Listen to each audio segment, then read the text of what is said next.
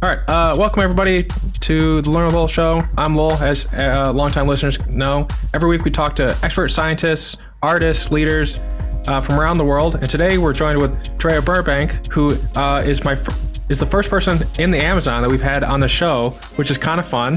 This has taken a little bit of work to get this going because, internet, Amazon, all these different things. So I appreciate your patience, and listener, I think you're going to enjoy this conversation. But Drea, thanks. Welcome to the show. Thank you so much for having me. Yeah. So what are you doing in the Amazon? What's going on down there? Wow. I did not expect to be here this long. I just came for a visit and then I fell in love with it. So, and then some crazy stuff was happening, big changes. And so I was like, wow, this is it's almost like a tech hub, but in a totally different way for the environment, I guess. So, yeah, I think originally when we spoke, you said you were going to be down there for like a couple more weeks, and it's been a couple more months. So what's the difference in time? It's indefinite. So right now I'm traveling around different areas of the Amazon and scouting projects, and all of our projects start with the shaman. So we're we'll meet the shaman first, and if the shaman wants to work with us, then we go. So shaman as in like a Native American Indigenous person? Medicine doctor. Yeah. Okay. If you read anthropological accounts of shaman, they have a leadership role. They also have a financial role. So they're in the community, they kind of manage resources for an Indigenous community. So we start there, then we start if they want to work with us. How deep are you going in the Amazon? How are you finding these people?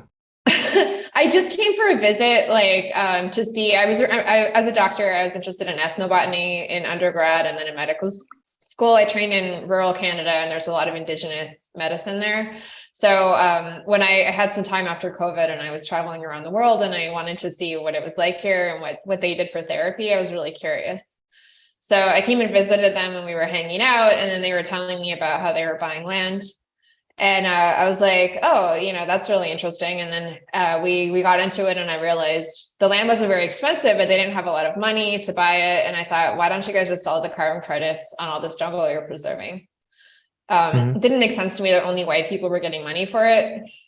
So most of the carbon market is a large business deal will happen with the corrupt government, and the person gets, the person who sold off to the petroleum company or made the deal will get paid in land. So foreigners will have these huge land tracts, and then they'll sell that as carbon credits. So it's not really like locals. And in the meantime, 80% of the preserved forest is Indigenous owned, but they are not in the carbon markets directly.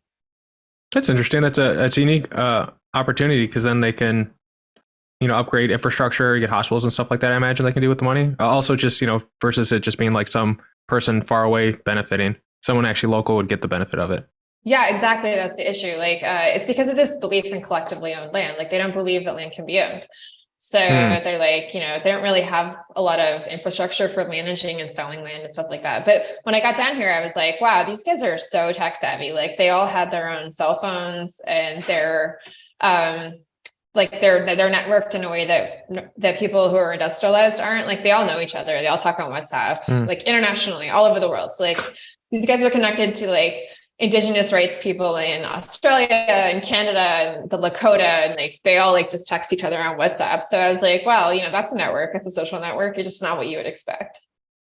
That's cool. So then I guess it's easier to find them then, because they have a WhatsApp or a community page of some kind. Yeah. Versus you have to trek through, in the Amazon and hope you find someone, or there's a map or something to see people. I've never been to the Amazon. They I just all know it's know big. each other. A lot of them are active in international Indigenous rights. I think the big issue is not a matter of awareness. They're hyper intelligent and very aware, and they've been protecting their lands for a long time. In many ways, it's like Avatar. It's a very alternative reality. Technically, the jungle is owned by Brazil or Colombia, but the reality is the government has no power in a lot of these areas. It's still held by the people that held it 5,000 years ago. Some relation to the Inca or before that, or different tribes. So yeah, we say it's Colombia or Brazil, but the reality is it's independent, autonomous Indigenous groups, and they were smelting platinum when the Europeans were. So they know what they're doing. Yeah, there's a great, I read a lot about Native Americans. Indigenous Americans is the one that you use. There's so many different names. There's also, in Canada, it's First Nations. So, well, actually, I grew up in Idaho on what was legally the Nez Perce Indian Reservation. Like that was the signs all over the U.S. Forest Service. yeah. But when I moved to Canada, like you would never say the word Indian; it would be considered racist. Whereas, like people in the U.S. would use the word Indian, and so it really depends on the person. After working for a long time, I started using the word Indigenous or Aboriginal just because it seemed to like offend like nobody. But it really depends on who you talk to. Down here, they say Indigenous, so that's Indigenous. safe. Yeah, but I try and use whatever word people are comfortable with in their setting. It's tougher when you're like on a podcast and there's people all over the world listening. Mm-hmm. Well, it's the nomenclature matters because I was recently talking to someone. I'm talking to a bunch of people that are Native American to come on the show. Indigenous, well, Native American, I'll call like North American. Native Americans are okay with being called Native Americans, and then if I talk about South Americans, I'll call them Indigenous because that's the appropriate name. But if I ask them, like, what I have asked them the question, like, what do I refer to you as if I'm referring to you in like third person stuff? And they actually think that I'm the Native American, and like they're Crow or Cree or whomever. They're not. They don't see themselves as Native American. They see everyone else as Native American. Yeah, like this came up in the context. I think an anthropologist told me about intellectual disabilities. But there's been a number of terms for people with intellectual disabilities over the years, and some of them started as medical terms, and then they became stigmatized. And she said that the issue was more the stigma than the name. So if you keep the name and don't change the stigma, or if you change the name and don't change the stigma associated with it, then it doesn't really matter what word you use, it continues. And so I think when it comes to slurs, that change how we're treating people. Yeah. There was a slight breakup, but I did, like, weirdly enough, the words came through so I could understand you. So that I don't know if I'm freezing for you now or not. No, you're good. I can say it one more time. No, I got you. I think it came through. It's just more like, I think the fact that we're like talking to Amazon, it's, it adds like that some authenticity to like you're definitely somewhere remote, or else you'd have like but actually, how does the internet work? Are you having like one of those Starlink things? I just got a Starlink. Best day of my life. I got the email from Starlink finally. It's on its way, and the shaman are managing the shipping. Thank goodness, because shipping here is, like your buddy hands it to his friend who takes it on the bus, who drives it up the river and hikes it in. But yeah, I've also got satellite internet, local Colombian satellite internet. It's pretty good. I'm calling you on supposedly fiber optic, but I'm skeptical. Yeah, I don't know. I've never talked to someone. There's definitely always a lag. So yeah. Yeah. There's a little static, but it's not. I think if we just are patient, it'll be fine. I'm curious how it'll be with Starlink when it's set up, though. Like if it'll be that much better or not. Because if fiber should be better technically, but Starlink is Starlink, so I don't know. I'm really curious too. Actually, I feel somewhat guilty because I'm an environmentalist and my friend does space junk and he doesn't like Starlink, but I'm so excited that they have a gazillion satellites in there. Yeah. Well, your friend should feel good about the fact that they deorbit pretty every 5 years. Like they don't stay up there, which is nice. Oh, I didn't know that. That's really great. I'm happy. Yeah, they're designed. I don't know if they're designed to deorbit for, I think it's every 5 years. I think it's literally every 5 years. Like the FDA, not the FDA, the FAA said you have to. It has disposal is a part of anything you put up in space now. Oh, that's great. Well, then my friend was probably pretty successful. I love his stuff. I saw him speak and we became buddies.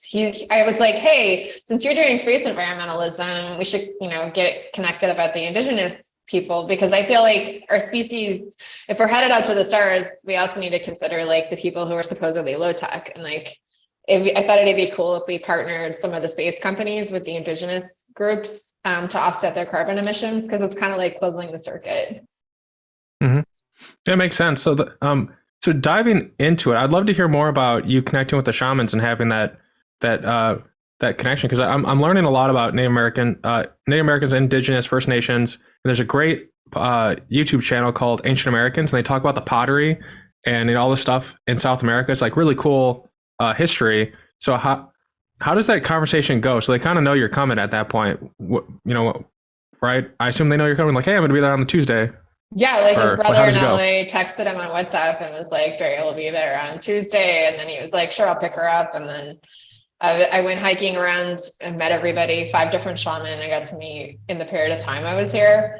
And then they were trying to, while I was visiting, we made friends. And I don't know why, but we got along really well. I think it's because I grew up off the grid and I fought forest fires for a long time. And so I was just pretty comfortable here in a way that they weren't used to seeing maybe. And then I was really interested in the economics. I don't know why, but like, I just realized, if this guy gets $20 and he'll go buy a chicken from one person for $3, and then he'll make sure that the cook gets hired for $10 and the cook's daughter gets paid for something. So I was just really interested in how he was distributing the wealth in his community, because unlike North American society, it's like we have values of meritocracy, and that makes us both competitive and unequal. And that's not really a value here. Like their values are different. Like they want to be equal and non-competitive and collaborative. So I was curious how it changed the economics. Do they have do they just pull everything in like one bank account, and then they just like when the carbon credits, like when a company buys carbon credits and then it goes to these farmers, does it just for the community, does it just like go into a giant bank account and the shamans bring it down from there? Okay, that is my nerdiest and coolest thing I'm doing right now. Okay, I don't know if you want to hear about this. How much do you know about DAOs? I know DAO, but what do you mean? Distributed autonomous organizations. It's like an innovation from blockchain. So people have applied blockchain to all kinds of things, money, supply chain tracking. But the coolest innovation, I think, is something called DAOs. And it's basically like decentralized organizations. And what's fascinating to me is that we've been trying to create DAOs in like North American urbanized culture, and we have a very hierarchical society. And usually they build the code for it. But people don't know how to run it. Like they don't have that culture. And so they're always trying to manage the code, but it's not going very well. I've been in several groups like this now. What's really interesting to me is these groups function like DAO, like they're totally distributed and autonomous. The only difference is nobody's ever anonymous. So everybody knows everybody. And it's not like the shaman just says, this is what we're going to do. It's like the shaman goes to every single house and he's like, what do you want to do? What do you want to do? What do you want to do? Well, it looks like we're going to go this way. Like, and then some people change their mind and and then eventually the whole group gets together and decides on something, but it's very like fluid. Yeah.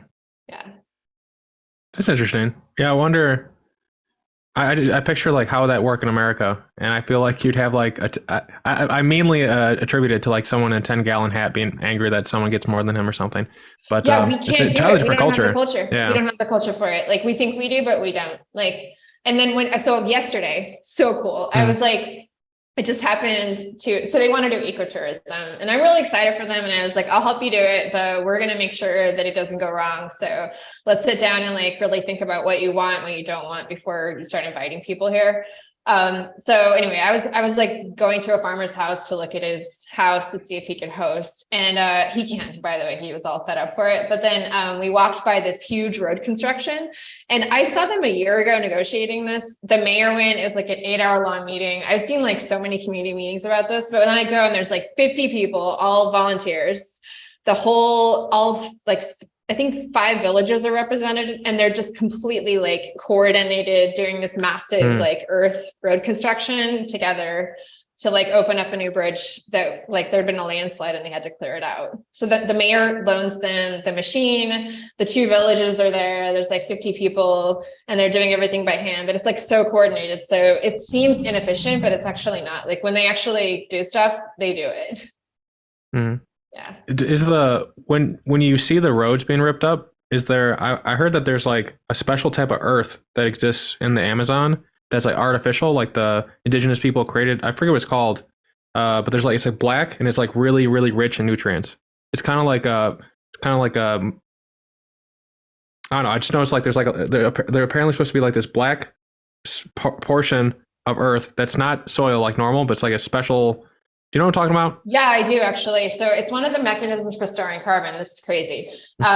So we have lots of mechanisms to store carbon and pull it out of the atmosphere. One of the most efficient is something called biochar. It's not coal, but it's a lot like coal. So you have to kind of like steam your wood until it like smokes down, but it doesn't actually like combust the carbon. It like stores it, and it's a fertilizer. It's an ancient fertilizer. So they put it in the soil. It turns the soil black, and it leaches nutrients out into the soil. It's like a totally amazing fertilizer carbon storage. I think it's our best solution for the climate crisis, to be honest.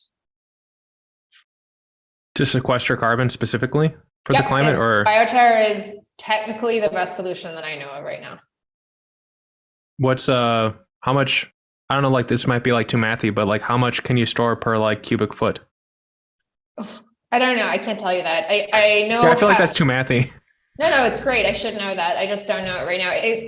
What I can say is it depends on what you burn. So I have friends in India and Mumbai who do organic waste for city dumps. And I have friends doing it in California with the new standard for city organic waste processing. For us, we're still calculating it based on the wood, but in the Amazon, you have up to 3,000 different species of tree in 1 hectare. So it's not really rational for us to try and calculate it. We usually look at averages. It depends on the specific density of the wood, the combustion, and a bunch of other factors. But I am talking to way too many experts right now to figure that out, because we have to like quantify it if we want to sell the service. Yeah, especially if it has all those inbuilt benefits. You know, if it has the soil component, it has the trees, filtering stuff as well, and then if you compare that to like something in North America, I feel like it would like just inherently, we don't have like the soil component. We just have normal soil. So if you were to plant like a hectare of, I don't know, like a pine wood versus hectare down there, you get the soil and the trees at the same time and whatever else you might farm on the land. So it feels just inherently like it'd be better. But then, you have those like business people out there. It's like, how much better? They want to, be able to go deep on it. The length of time of storage is non-trivial. So most of a tree is average lives for 40 years by the industry standard. That's kind of what they use in North America. Down here, they live about 300, but that's debatable. But biochar specifically stores carbon for 500 years. So anything you can store by that method is going to take us past this event horizon we're reaching in 2050. Yeah, it's a scary time. There's so many different things going on. Like we have pandemics, we have Russia, like all these different things. It's like an exciting time to be alive, which also means it's maybe not the best time. Like that usually means like there's lots of bad stuff going on. But we also have the technology and people right? Like the ancient Chinese curse. May you live in interesting times. I know from Lord of the Rings, so maybe Tolkien took it from them. Maybe I have it wrong. Maybe my source is bad. I'm sorry, but I think it's a great curse. Yeah, the Chinese have a lot of really cool pithy quotes and stuff like that. They're very good strategists, so I wouldn't be surprised. Well, in terms of ancient history, why am I blanking on this? It's right behind me, I think. It doesn't matter. It's gonna come right back to you. Oh, yeah, I love The Art of War. It's so great. Yeah, I have two versions. I have a graphic novel version of it and then the book version of it, just for fun. I don't know why I was blanking on this. I was thinking Art War, and it's like that. There's something wrong there. It's all right. I got you. You're on the same wavelength. One of the best talks I ever heard at a conference was this woman who was talking about space strategy between India and China. And she was comparing Chinese space strategy to US. And she was saying that the Chinese have a significant advantage, which is the ability to collaborate like seamlessly on large projects, and also just a very long-term planning view, which I think is interesting. Like, I mean, cultures certainly have different times that they think in. So. Yeah, there was a statesman from China who was asked what he thought of the Revolutionary War in America, and he responded, "Too soon to tell." It's like, I love that. That's fun. If you have like an empire that lasts like 5,000 years. But so you're there longer. You're having fun setting up the. What is the technical term? It's not like a cooperative. Like that's like the closest I can think of it, where like people own a portion of like everything that comes into it. A collective is usually the word applied in an economic term, but I will say Indigenous collectives are unique in that they're so autonomous. Like when you go to like North America, like a Mennonite community or, you know, a nonprofit, a lot of people like follow the collective ethos, but Indigenous communities seem to be unique in my observation. Keep in mind, I'm not Indigenous, but in some ways that's kind of a bit of an asset because I am maybe a good observer. But one thing I noticed is that Indigenous communities, people are like wildly independent.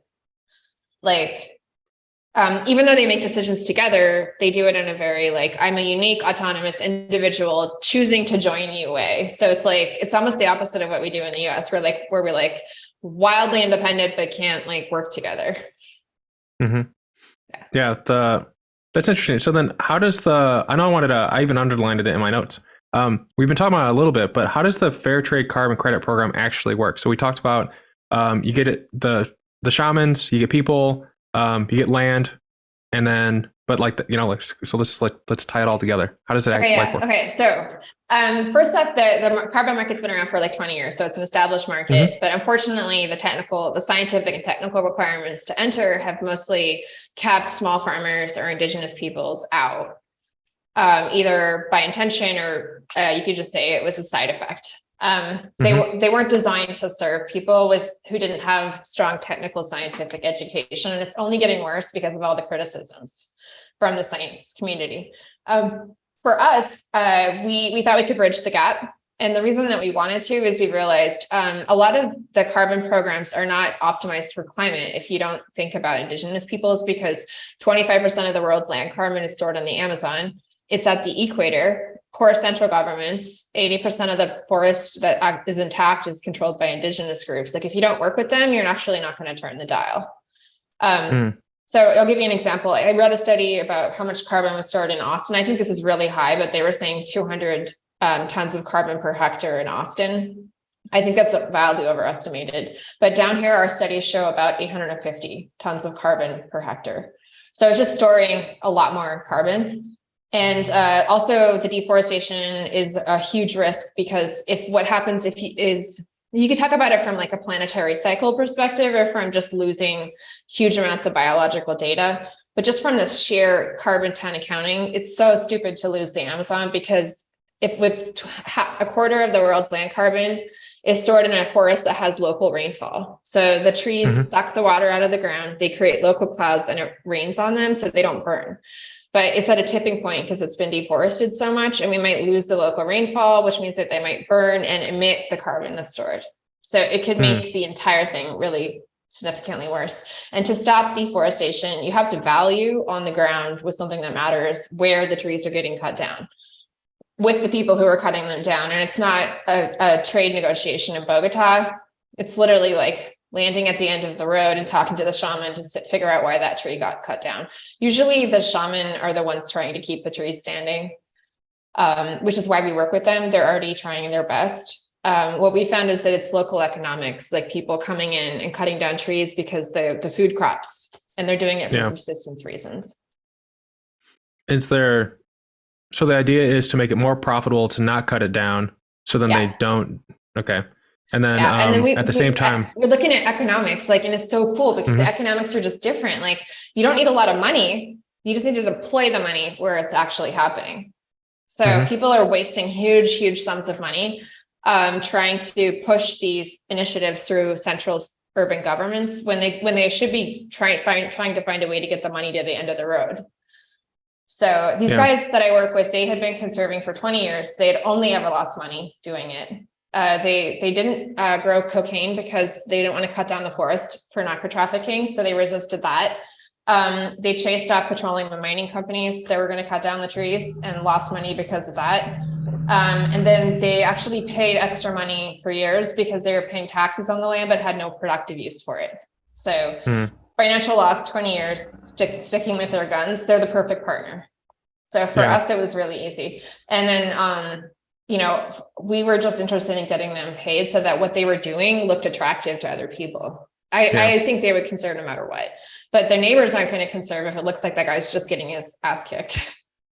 I was recently talking to a person. The episode hasn't gone up, but basically it's like sell ag for chocolate and coffee. And one of the things that we're talking about is if it costs less, basically if businesses, like the chain had slaves essentially touching cocoa and coffee products, and with their process, like obviously nothing like that happens, and it eliminates it. But when you have two businesses, one who can offer the price of a premium product for like $1 less because they use something like that, and one that doesn't, like the doesn't one, it usually is going to lose unless they have like really great marketing. Or you have people who will, they were telling me that there are people who will be found out that they're doing that. They'll be closed down, but then they'll open up under a new title. So it's if the incentives allow egregious things like slavery to happen, they'll just keep doing it. Like you have to like disincentivize it. I personally think that anything that is at all remotely touched by that type of stuff should be completely outlawed, and we should find a way to like lift those people up. But the point is, by incentivizing it so that people who want to do the good thing can do the good thing and take care of the family at the same time, that sounds like a win-win all across the board. And at the same time, that's a great partner. 20 years losing, like it's not like these guys work for the World Wildlife Fund. Like they're amazing. Like this whole project started with them. So when I met them, they had interviewed 7 environmental organizations, all of whom wanted to work with them, none of which paid them $1, like for 20 years. So our project started because I was like, I can pay you $1. They're like, oh yeah, how? And I was like, here, I'm going to send it on my laptop over the satellite internet I'm sitting by. And it showed up in their account and they were like, sold, let's start a company. I was like, sure. I mean, there was a bit more to it. I had to pass some ethical tests, definitely with them. But yeah, so fair trade is simple in that there's a few economic changes you make. And one of them is North Americans can handle not getting money for a while. Like if I don't get paid for a month or so, not a big deal. I'll probably be okay. They can't. Like subsistence farmers live very much like in the day-to-day. They live in much shortened economic timeframes. And so to wait until you can sell your carbon credits, which is like 3 years to a year, is too long. They're never going to be able to do that. So our fair trade is we pay them an advanced micropayment, which almost nobody in the industry does. And is it kind of like amateurized? So every month is just a percentage of what it would be in 3 years? Yeah, we base the micropayment on their current living wage, which is not that high. On how much it costs them to log. So if they were a logging industry, they get paid a certain amount, and we pay them 15% more not to log. We could go a lot higher, but we chose not to because we wanted them to make a choice. Yeah. So we try to make it not too attractive at the beginning. And we also don't talk a lot about future payment. We like never talk about future payments. We just talk about this month. And then we were we're really bullish about getting the money in the account this month. And so that's one of the reasons we're scaling on the ground so fast. We're doubling in size every 3 months. What, so there's like so many things that I'm curious about and what you said just in the last 2 minutes. So first, why weren't they able to get paid? Why didn't the previous good people pay them at all? Because like, was there like a structural thing that stopped them? This is not going to be popular, but way too many environmental and nonprofit organizations. They get white people paid to come here and take videos and show their friends that they're saving the Amazon, but they don't actually land money on the ground. Like way too much of the environmental money gets lost in the middlemen who are capturing the money. And I could give names for that, but I don't want, that's not productive. That's part of it. The other part of it is so many of these organizations, especially if they're high level, like UN, Habitat, they have to go through public institutions. So they have to go through the local government or the central government, which in many countries like the Congo, Brazil, and Colombia have long and illustrious histories of corruption. So in most of those cases, the money, even if it was deployed to the country with the right intentions, and with very little margin, doesn't make it back up the road to the jungle. Okay, that makes sense. Yeah, because that's one thing that really bothers me about nonprofits is that when you actually look into it, there's like I think it's the pink ribbon NFL breast cancer one, only like 2% actually goes to breast cancer research. Yeah. So what are you doing? You can't like donate, like there's so many people that'll donate their salaries and stuff in terms of like not getting comped for stuff. And yet it only still ends up to being 2% or it's like 3%. It's like nothing. Yeah, so we're a B Corp, and I would love to hire nonprofit staff because there's a lot of work on that end. So we have a 501c3 and we have the for-profit, and we staff the we don't take anything from the 501c3 right now. It's subsidized by the for-profit. That might change if it got bigger and there was a lot more accounting to do, but right now it's small enough that we just put some of the staff on it, and then we just run funds through there. The nice thing about being a B Corp, and I want to put in a plug for our investors, is that we legally can take investment and still do good projects. Like we can do like holistic good, social good. Like they asked me for a women's shelter and we waited for a while. We got a lot of community input before we decided what to do. But 5 matriarchs came to me independently over the course of a year and said, we want a women's shelter. So we decided that's our first project. So that's out right now. And the B Corp is handling that, but we consider it synergistic. Like the for-profit can't always handle everything that concerns them. But we can't do stuff like we have to do nursery for seedlings. And so we're actually gonna ask the women in the community who have small children at home to grow the seedlings. So we can get creative about what helps and what doesn't. Yeah. And you could have them like name the trees or something so the kids can like, it could be a part of their like future where it's like, oh, that's not the trees I planted.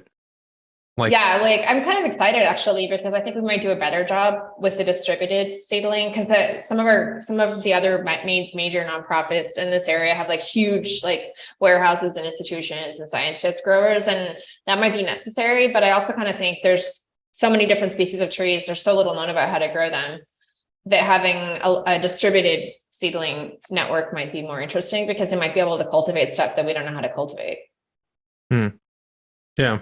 And it goes back to your original interest in ethnobotany, like you don't know what they'll bring to the table. You're like, oh, do you see this tree before? It's like, nope. Give me something new. One of the things I love about working here, so this region has had psychedelics for 5,000 years. That's a big part of the culture.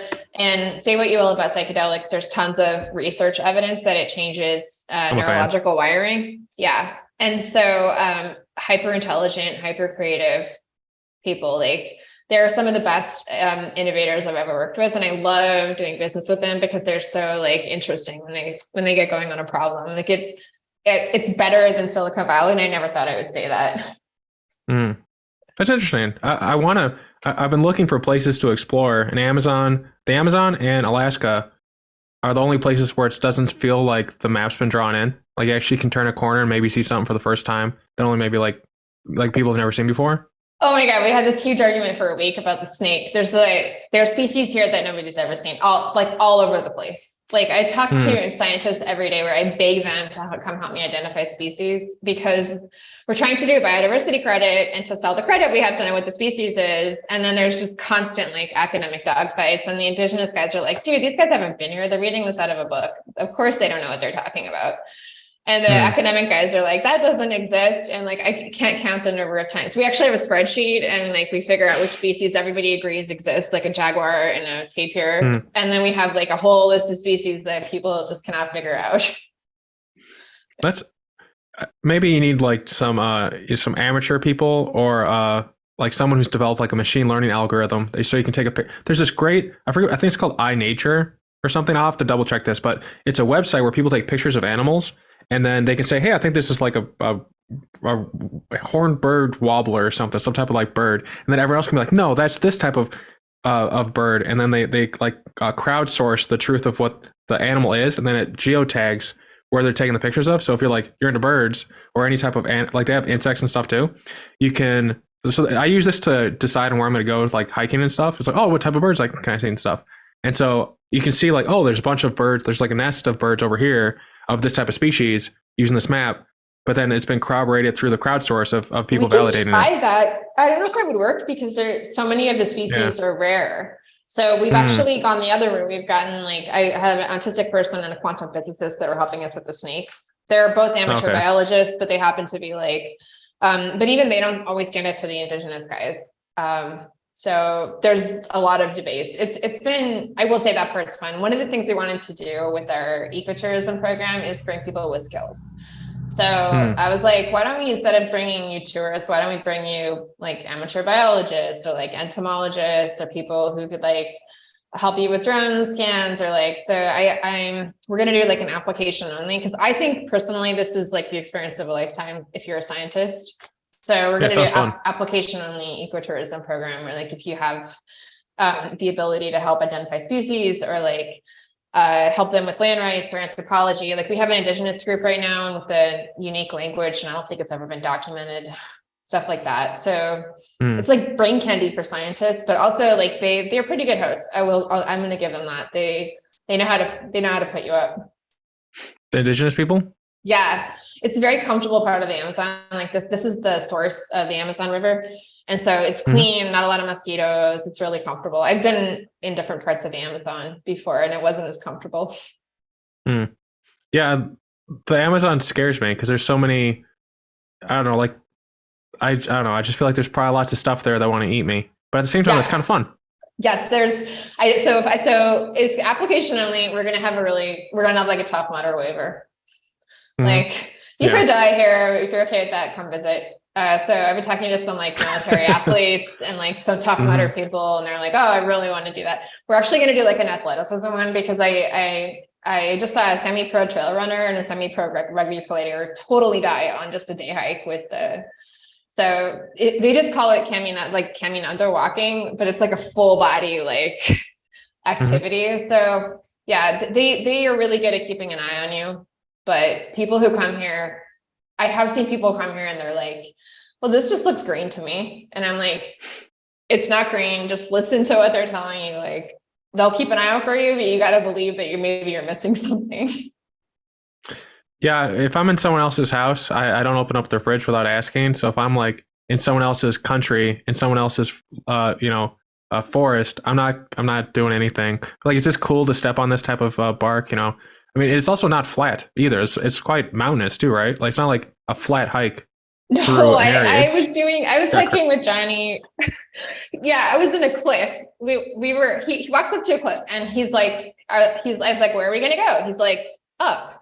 And I was like, okay. So then I was like, so he starts to climb up and I was like, okay, I could do this. So I started following him and about halfway up, a sheer rock wall, nowhere to go. I was like, oh, this is not good. And then he goes, we're going to go left now. And I was like, so we're like hiking through, across the middle of this cliff. And then he's like, at one point I've got one hand on a tree, the other hand, 2 feet dangling in the air, about 100 feet over this rocky creek bed. And then he looks down and he gives me his hand. He's like, here, hold my hand. So, it was like this moment where I was like, this totally for me defines the project. Like, and we totally were fine. Like he knew the way and we went and he saw it. I didn't, I just saw a sheer cliff. And so that's kind of like how the experience, that's how it's been with me. Like I've always felt very safe with them, but it's often a leap of faith. Yeah.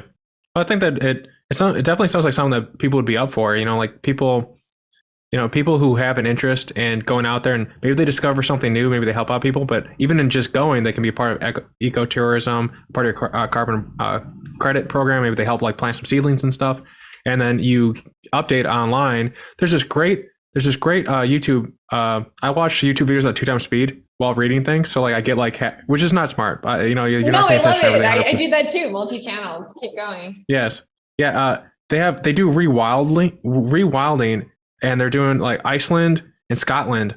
And when you donate, they'll show you where your trees are and they'll show you where they're adding links in and stuff like that. So that social component of, they even have like updates where they like once a quarter, they'll walk through like, hey, this is how we're spending your money and stuff like that, which I really like. Cause it just like any open source sense of accounting is great because it's like, how do you trust the watchman type of thing? And like if there's an independent body, some type of like blockchain or something, like you can kind of tell. Thank you. I love them. That is our whole mission. So we are in former FERC territory. This area is underexplored for a reason. It's because there was a 3-way civil war for a long time. It's been peaceful for a while, and these guys have always been peaceful, kind of independent in it. But the reputation has hurt them in a lot of ways. And despite their like intense activism and beautiful area, like, so what we decided to do to help them was to basically make trustless protocols. So we have satellite monitoring, they can do drone scans. Our system should be out, I think in the next couple of months, and that you match the farmer with the tree. So you buy your carbon credit, which farm it came from, where it's at in the certification pipeline. It's totally like, unfortunately, we're not there yet, but in our databases, we know exactly which farmer, which tree, which credit, how old, when it was planted. And then we actually want to match people with biodiversity credits. I'm obsessed with this. I want to do it like magic cards. So you can like buy a biodiversity credit and see which farmer, where the photo was taken. And then, yeah, that's what I'm really excited about. It sounds like I was recently interviewing a guy who it's like Escape City. It's basically he has a like a Google map of an area, and people share special locations that people don't know exist. But then when you go to visit it and you validate that it's an actual location, it makes the token. And so the person who took the picture and the person who validated, they both get like a credit or something. Well, I think like scouts get the credit who discern things, and the people who go out there and validate it, they get something too. But like the blockchain like thumbprint is made when both come together to validate a point geographically in a location. It's really cool. It sounds kind of similar to that. No, we could totally do that with our app, because we were going to do like almost like a magic card game where people go to ecotourist came, because for instance, they have like 11 different archaeological rocks with like ancient symbols here on this guy's farm. Like he's just on his farm, and his backyard, he opens up his little shed and it's got like all this ancient like gold hieroglyphic stuff. Like it's crazy. And so and then he takes you out back to his rock, and they protected it. They're so amazing. I love them. They have like a stand so you can't sit on the rock and you can look at the rock. But I thought it'd be fun to like do like a Tough Mudder challenge where you're like, how many rocks did you make it to? And it's like, were you able to capture a jaguar on game camera or something like that? But we could totally geocode that. It'd be a ton of fun.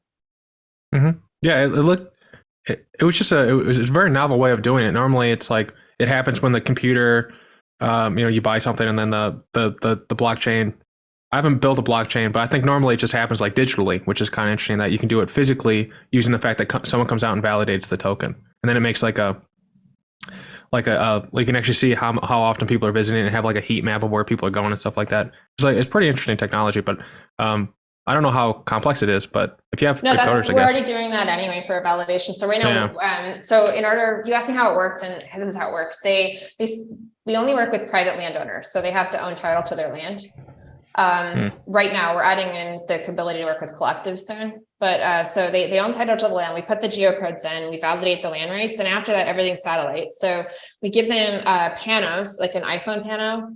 We send out a validator and they take a pano of the jungle, and then that is compared with machine learning to a data set of primary, secondary forest. And then we randomize the pano. So they go out, they take the pano once a month, and if the forest is intact, they get paid automatically, if that makes sense. Okay. Yeah, it's a validation over a period of time. Yeah, basically, so it's not like they could do it once. With validation, like it's a little bit like Google Street View. It's a combination between Uber and Google Street View for the jungle. So as long as the jungle's there and somebody is there with a cell phone once a month, they're paid, and we pay them directly into an international bank account, no middleman. So. And do you validate that the trees are the same? It's not like I don't know. I guess as long as you have the location, it's fine. Counting a tree satellite monitoring is pretty good, but it's hard to get under the canopy with it. Well, the best is drone LiDAR, which like you put a drone, if it's an $80,000 drone, we can't afford one right now. So this is our way to I'm very excited for that. Yeah, LiDAR is pretty cool. They keep discovering giant cities in the Amazon. It does not surprise me. These guys know about a lot more than they're willing to talk about. Which I don't blame them. I love that they keep coy about what's here. I consider this place like Avatar. Like, you are they invite people to come, but they also have to leave. Like, it's an autonomous nation. They don't want people buying land here. Like, you're allowed to visit, but you're not allowed to stay. And I respect that a lot. Yeah. Is it like how Native Americans is it Indigenous people in South America have like reservations like in North America, or do they actually own their land? Yeah, this is alternative history. I don't know if you've ever read Bury My Heart at Wounded Knee, which I think everybody who lives in North America should read at least once in a while. I think I watched the movie. Yeah, it's like Schindler's List. It's tough. But basically in North America, smallpox and other diseases killed the population, in some cases intentionally. So, and then followed by warfare and then decimation of the buffalo, like just widespread systematic killing of like the food source. The combination of the three things were really, really tough on the population. And so the indigenous population in North America that was there at first contact, I shouldn't say first contact, but that was there when Columbus and all those guys showed up, is nothing what it is today. Yeah. And so this group, this population, the one I work with, they were never colonized. Like the Spanish conquistadors came here, but they couldn't make it into the Amazon. And so the area, the culture, the tribes, like this is a very powerful group. This is alternative history. Like if white settlers had lost the war in North America, what would North America look like? It would be full of animals. It would have a lot of trees, and it would be still operating under indigenous values and indigenous governance. And that's what happens here. Okay. Yeah. That's really interesting. It's cool that like things could go differently, because there was a conquistador, I think, that was going up the Amazon, and he was writing these stories about how there's like these like 50,000 to 100,000 to 1 million population cities when he was going up the Amazon. Yeah. But then a new like 5 years later, someone comes and they're like, "Where are these cities that you talked about?" And it's like, well, he like the plague. He brought like plagues and stuff, and so by the time that the 5 years later, they're all gone. Yeah. And I think that I think they use like pictograms and stuff for writing in South America, but for the most part, like there really wasn't that much written down. So we can't like go back, like kind of like with the Sumerians, they had things in clay. So when they burn a house down, it's like clay just gets better when you set on a fire. We can see architecture that in many ways, like I don't know if you've seen people trying to put a credit card between some of the massive stones, like in the building, and this. Like there's like a lot of the architecture. There was languages, they were different. Here, what I think is really interesting about here, so if you go to the Columbia Gold Museum, where they collect a lot of the artifacts, there's great information about Columbia there, but they were smelting platinum when Europeans were, so their technological metalworking was really advanced. I think one thing that we really discount is the plant knowledge here. So, the idea is that they didn't develop technology, but I think they actually just developed biological technology. And I think that's the real value of learning to do business with these groups more fluidly and according to their values, is if we treat them well, they will share that technology with us. Mm-hmm. And that's where Ethnobotany comes in. Yeah. Is that a part of your vision as you help these people transition off of being forced to deforest just to sustain themselves? Do you eventually hope to have like an ecosystem of kind of like Reciprocity, where like investments coming in, they build out better systems for themselves, and then they feel more comfortable coming onto the world stage with a foundation where they can share what they've built over the years? That was their idea. So I would like to say that any of this was my idea. What they asked me for was a learning center. They want to document their tribal knowledge. They're afraid it'll get lost. So they want to document their tribal knowledge using our systems, but they want control over the information, which I fully understand. Anybody that's involved with ethnobotany for any length of time. So I grew up in central Idaho, where tamoxifen was discovered. And when they discovered tamoxifen, the first thing they did was walk into the primitive area and mow down all the yew trees. And the indigenous groups at the time in that area did not have enough, they didn't have enough control over the area to stop it from happening. So it was just a gold rush for yew trees. And about 10 years later, they discovered how to synthesize it. So what is tamoxifen? One of our best cancer drugs. It's one of breast cancer's go-to drugs. And it was originally synthesized from the bark of yew trees. And unfortunately, the only way to get it was to go cut a yew tree down, skin the bark off of it. And it was just awful what it did to the ecosystem where I was at. So I saw that firsthand. And I think that's my main motivation for being here is, yes, biological knowledge can save lives. And yes, it's beautiful, but there needs to be, in order for groups to be able to share that knowledge, they have to have the ability to protect the ecosystem first. Yeah. And then we might just have to wait an extra 10 years and synthesize what we find.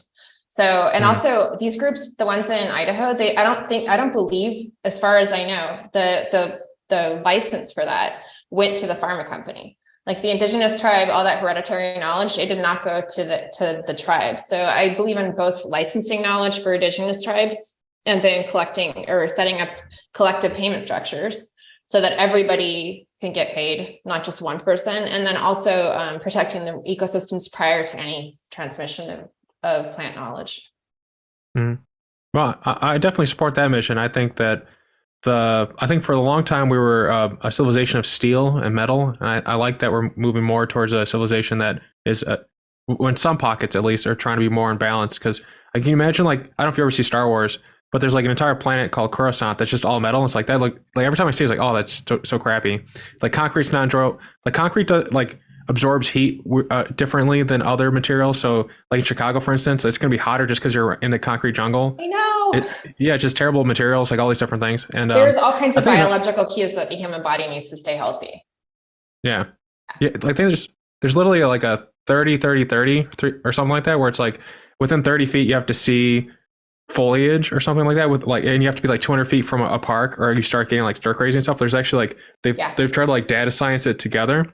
But I think another benefit of what you're doing is that you can have the rights to the land, you can have money flowing, but if you discover, let's say, gold, and people want that gold and you don't have the ability to defend it, like financially and stuff, they'll just run you over. And so I think it's one of the big things that was missing about people like the Native American groups in the North, or the people who were called Native Americans in North America, is that they never really had the financial ability to fight back. So every time they'd sign a deal, it's like, okay, we have a deal now. You have to adhere to it. They would just run them over the next time they wanted something. Because they didn't have the ability to draw people's interest and push them out. So I see that's another benefit here, where you're empowering these people, you're raising them up, and you're raising them up with them doing the things that they actually want to be doing. And in so doing, you're making them, it seems like, I think they'd be more confident. It sounds like they're very engaging with you, saying like, hey, this is what we want. And you're not just like saying, well, this is what I want, what we're going to do. It sounds pretty cool that you're actively listening to what they want and building accordingly. Well, they're my bosses. Like I started this because I thought they had a good idea, and I thought I was a good cultural translator. And I also know where the loopholes are in Western society. Like I know about DAOs and other technology. I know how to use satellites. And so I know how to get them what they want as an advocate. I really see the power and the resources here as residing with these guys.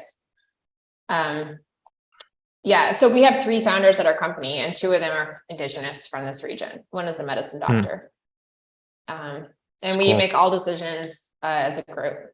I'm the one that speaks English, and so I'm the one that ends up on the podcast, but these aren't my ideas. I'm just really good at explaining it in a way, because, I think my life experience is unique. So it helps a lot. And we are all in agreement that all that really matters right now is preserving as much nature as we can. And having that shared value really cuts across a lot of cultural boundaries. Mm-hmm. So, I will say there's something called naturalist intelligence. So Gartner's theory of multiple intelligences. Do you know that?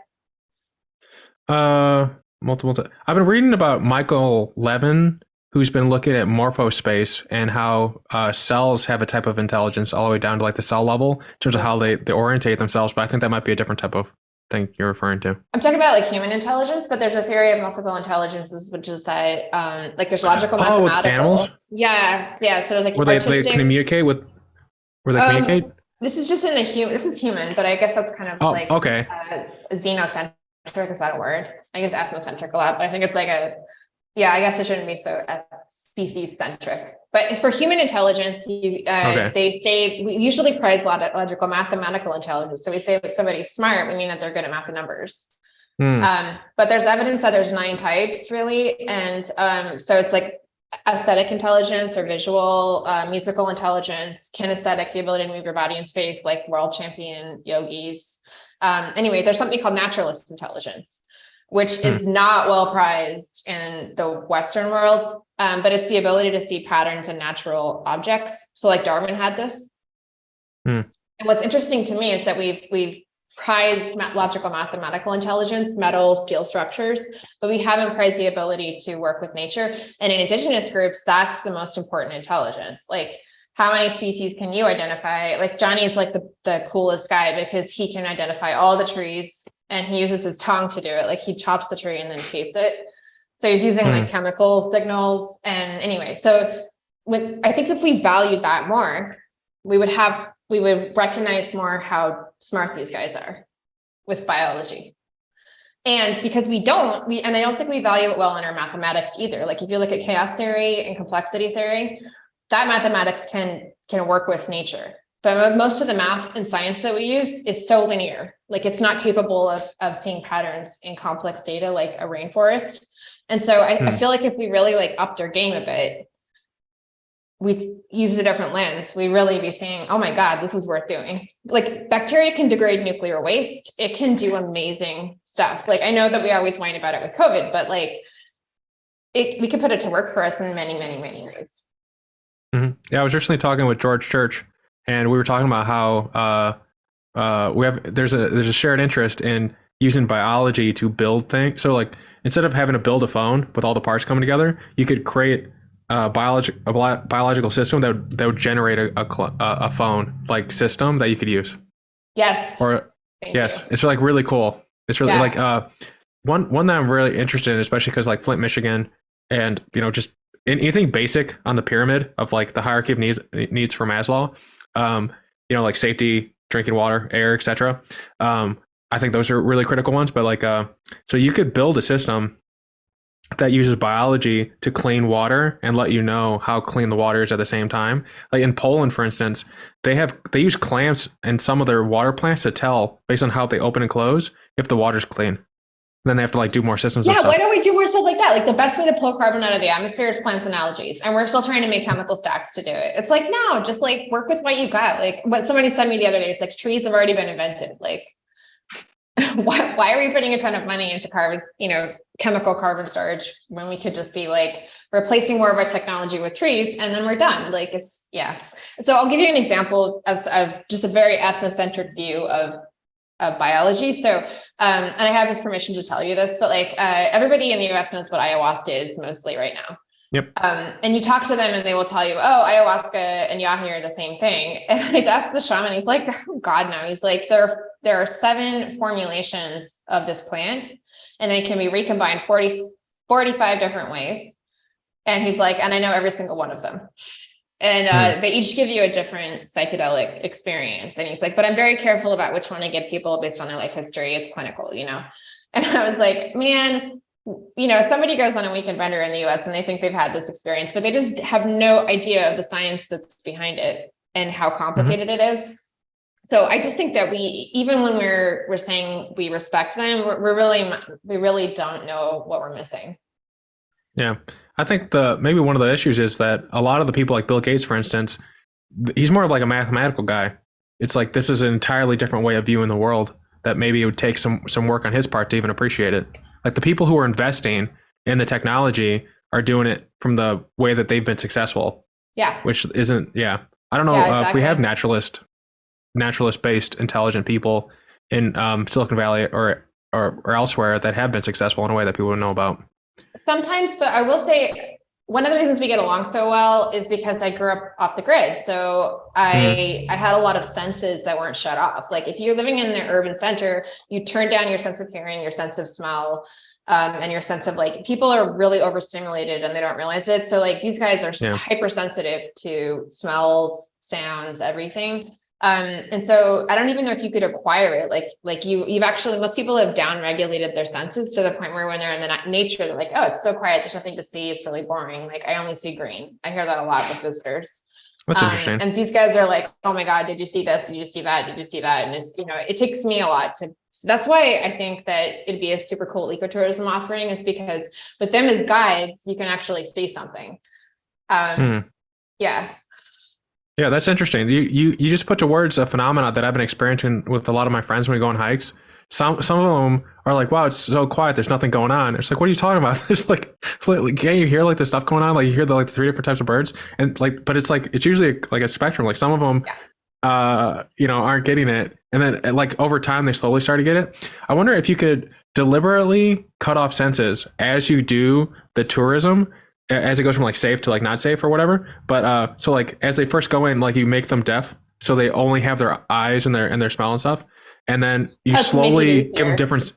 Yeah, like slowly like attune them to the sense as they go through the different spot. Like, all right, now we're gonna make you blind and deaf, and you're only gonna smell, and you're gonna go to this really like it's gonna smell really good, and so you can slowly build that muscle, and then you have the aha moment where you see the village or the really beautiful spot that you've built with the farmers, and then it's like it's kind of like I don't know. I picture the scene in Fallout when you first get out of the dungeon thing that you were born into, and you see all of the Fallout universe, and it's kind of like this aha moment. Or I guess it's the Hallelujah mountain moment when they go into Avatar and you see the mountains open up.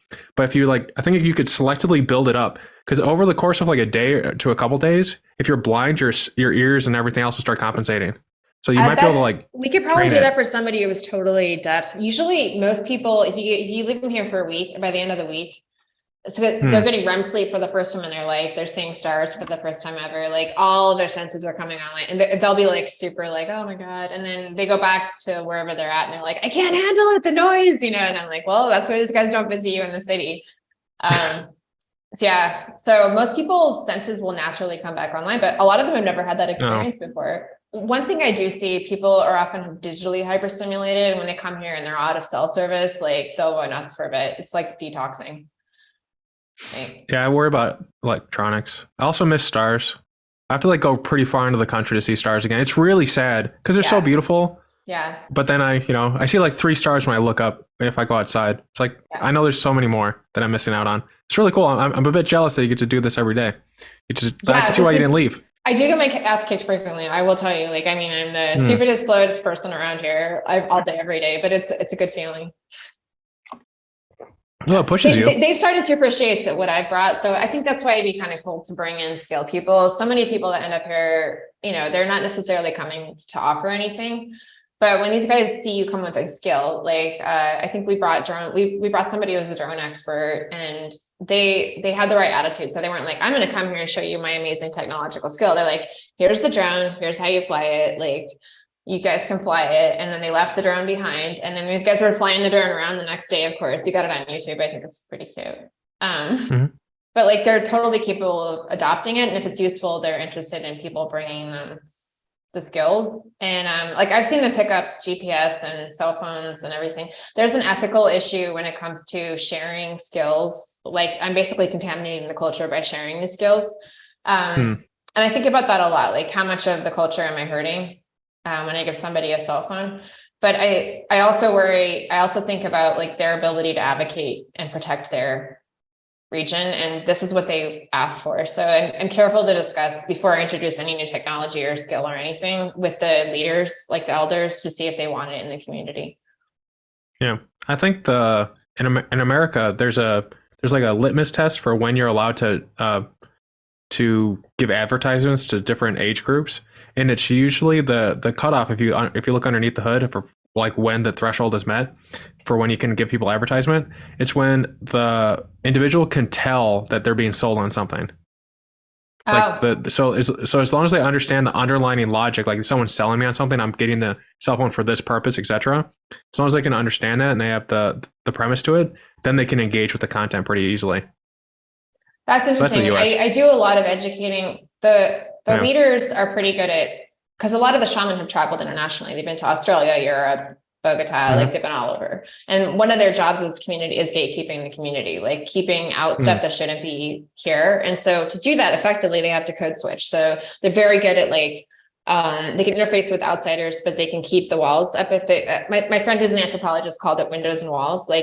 You want to, in order to preserve a culture, you want to be able to have an interchange, an exchange, but you want to keep the walls up to keep the culture safe. So the shaman keep the walls up. So whenever I want to introduce something, I tell them about it first. We do a bit of educating, pros and cons as much as possible. Obviously nobody's perfect, and I'm not perfect, certainly as a cultural liaison, and then together we decide whether or not it's going to come in. So, and the best thing about this is other areas of the Amazon and Latin America have been very much economic colonialism. So when the tourists first started showing up, they bought all the land. And then when new tourists come, it's tourists renting to tourists, and the locals aren't getting anything. And in a lot of cases, it destroyed ecosystems. So that tourism can be really tough.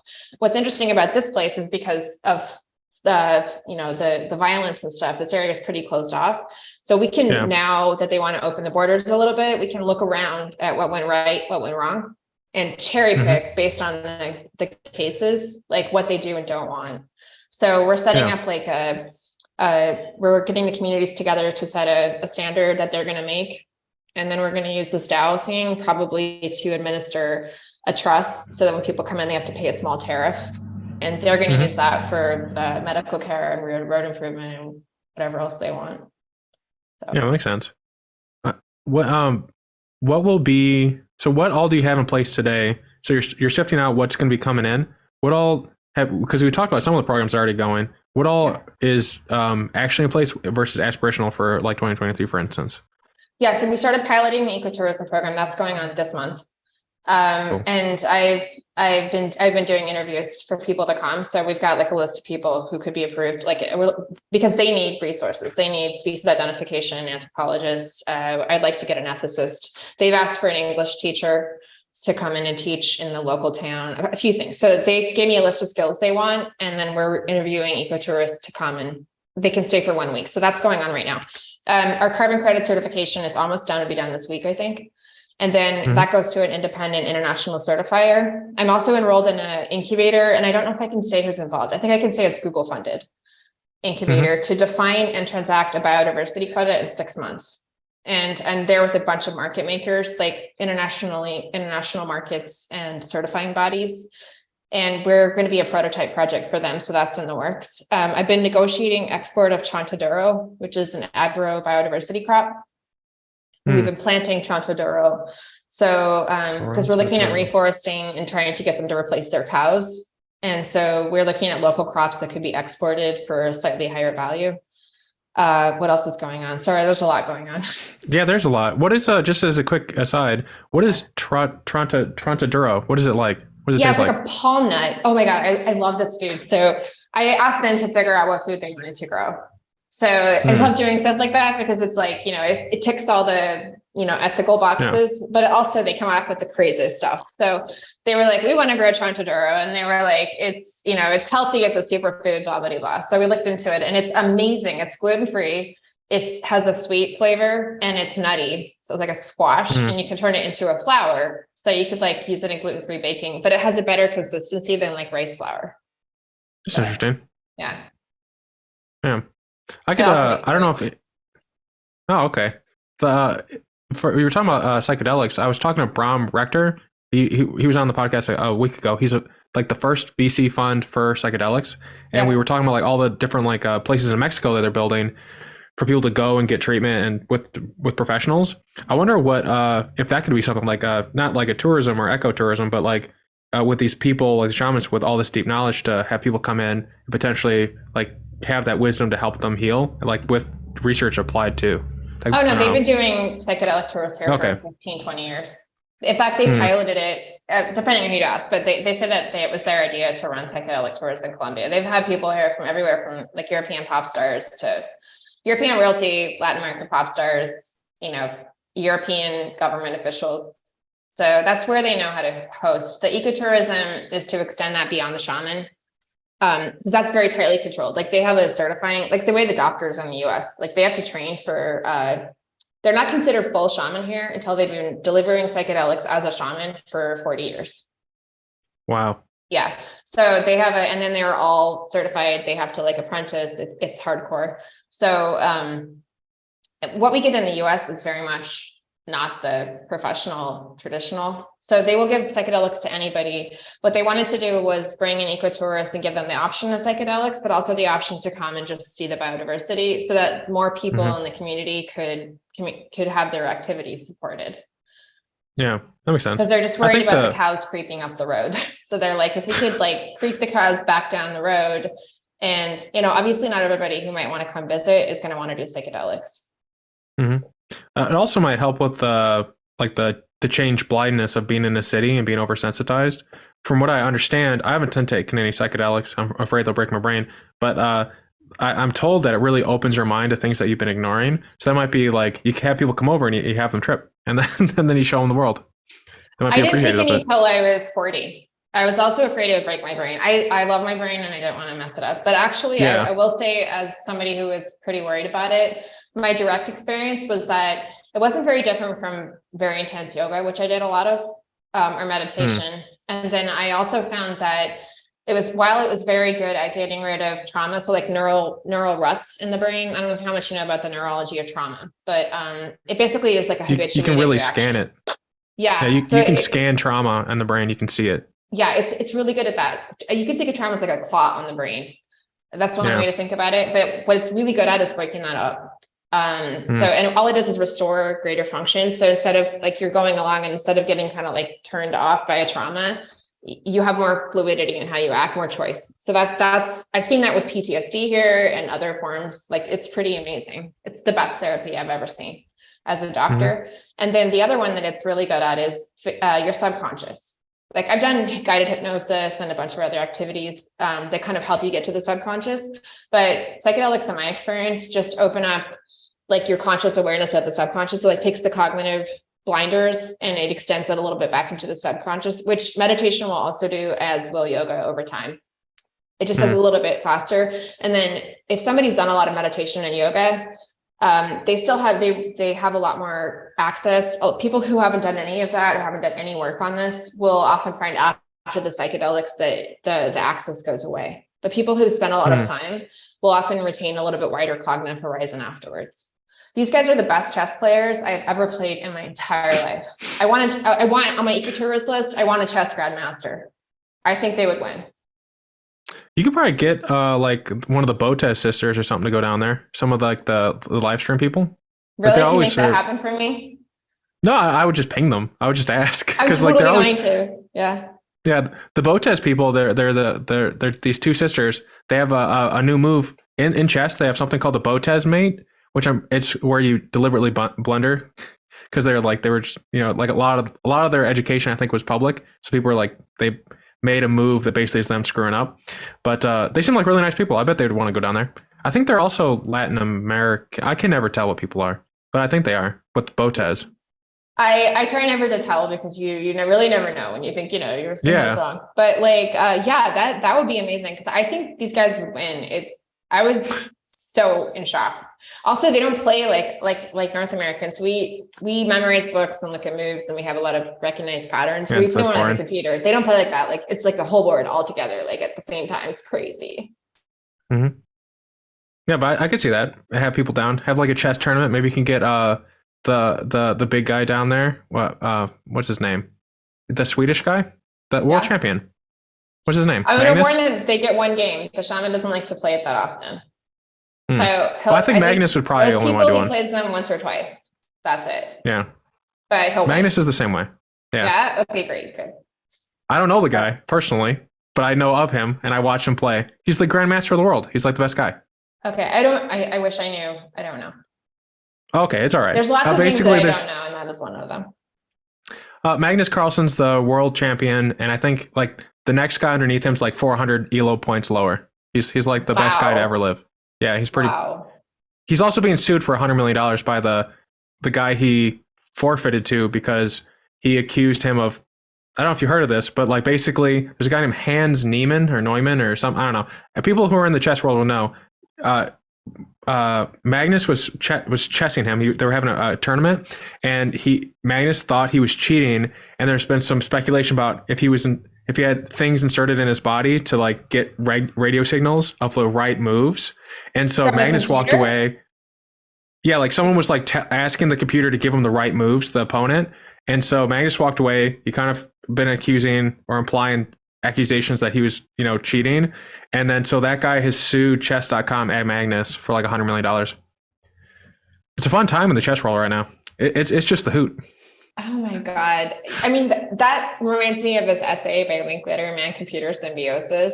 Like people were, I really think a lot about this. Like we're always talking about competing with computers, like who's better, man or computer. But the evidence would suggest that if you actually put like man-computer teams together, it's like a much better game. I'm trying to remember how this works. I read somewhere about this. Like instead of having like the man play the computer, you have a man and a computer aided, and then they play each other.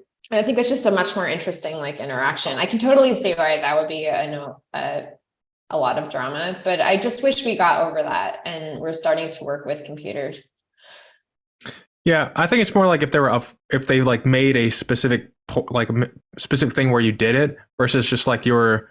I mean, people have insinuated that he put something inside a portion of his body that would vibrate to let him know what was happening. Yeah, I'm trying to get in trouble. The entire chess game, like that doesn't seem possible. Like you would need like what, code. People have reverse engineered what it could be, and you actually can with simple vibrations apparently get E5, etc. Oh yeah, you did that pretty easily. Yeah. But how's Magnus gonna know? Does he have like fiber optic vision? Sorry, I'm totally outside of my area of expertise. No, it's all good. No, yeah. I think Magnus was just like, it's too perfect. It's too perfect. The guy was doing like too perfect of moves in response to Magnus, and Ooh. Magnus just kind of smelled that was wrong, and He had an intuitive response.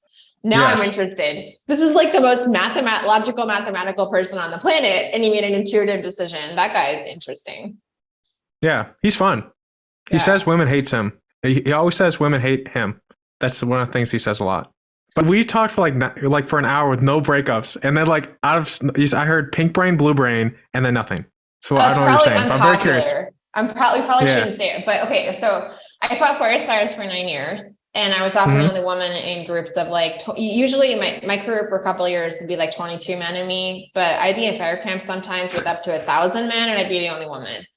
And one of the things that happened like after like 7 or 8 years is I just got really good at talking to men. I wasn't that great at talking to women, full disclosure. I actually had to talk to an anthropologist to learn how to talk to women, but then I developed the ability with some work. And I have definitely found that many of my women friends, they honestly don't know how to communicate with men, and vice versa. So I've actually had a lot of fun explaining to people how to talk to the opposite gender. I don't know whether or not it's in the neurology. That could easily be debated, and it's never a popular debate.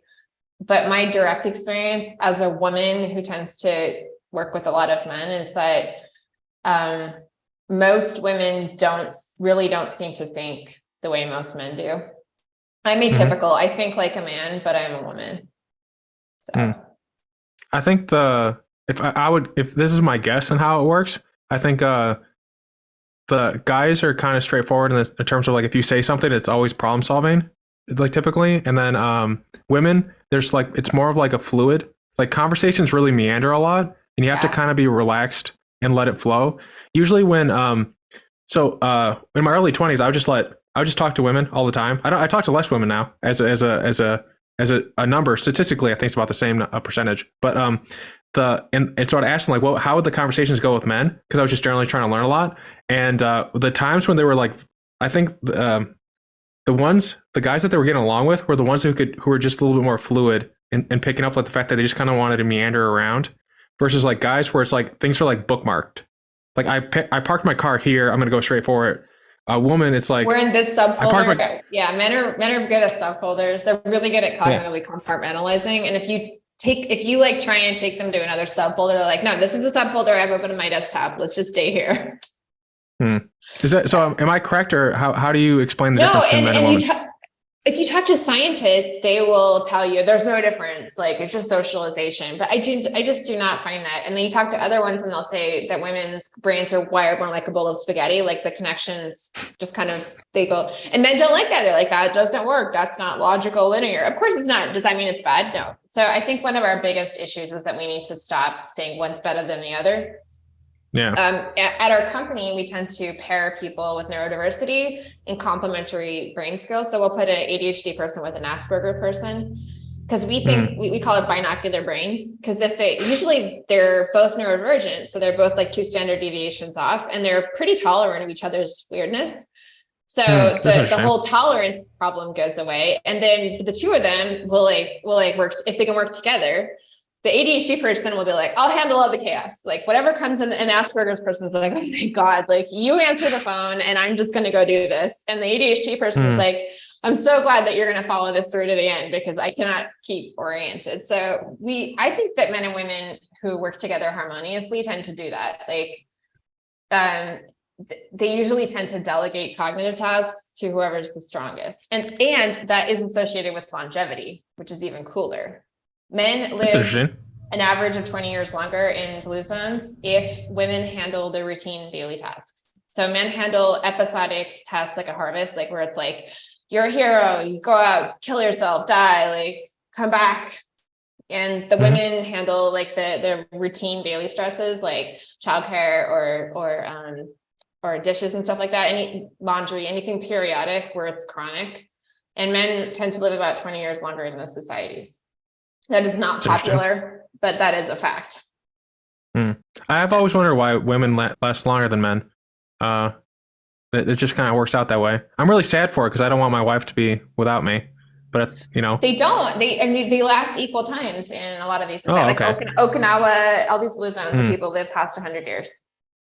Yeah. when some of my male friends are having problems with women, and they're like, I don't understand her. Why is she doing this? It's like, what have you asked? Like I think everyone has a logic that makes sense to them. It's like if you took the time to understand it.